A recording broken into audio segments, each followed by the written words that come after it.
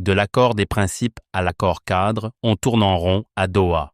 Au cœur de la fournaise diplomatique qatari, un accord cadre entre la République démocratique du Congo et l'Alliance Fleuve Congo M23 a été scellé ce samedi 15 novembre 2025 sous les auspices du Qatar.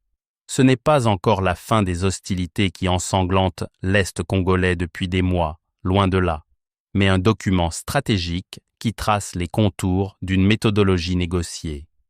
Calendrier serré, principes non négociables et une feuille de route pour un règlement global du conflit.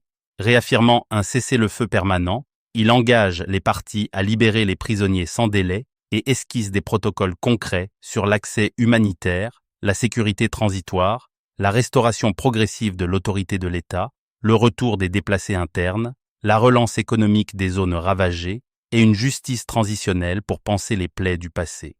Les tractations à Doha, lancées en juillet 2025 par une déclaration de principe, ont jalonné un chemin semé d'embûches et d'avancées partielles, un mécanisme de surveillance du cessez-le-feu paraphé le 15 octobre, après des rounds en août et septembre qui ont affiné les drafts successifs.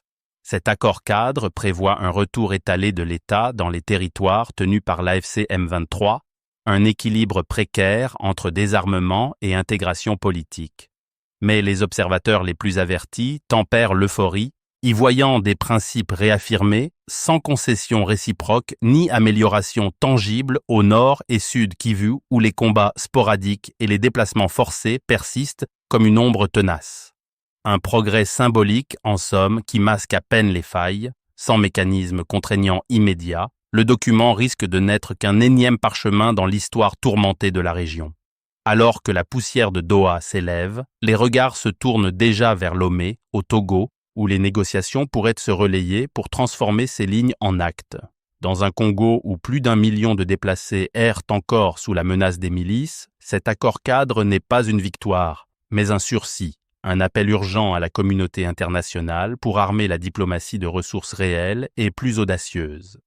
De l'accord des principes, signé en juin à Doha, à l'accord cadre, signé aujourd'hui, toujours dans la capitale qatari, l'on continue de construire des encadrements dans lesquels les parties ne peignent jamais les détails du tableau. Le peuple congolais n'apprécie pas ce genre d'art trop abstraite.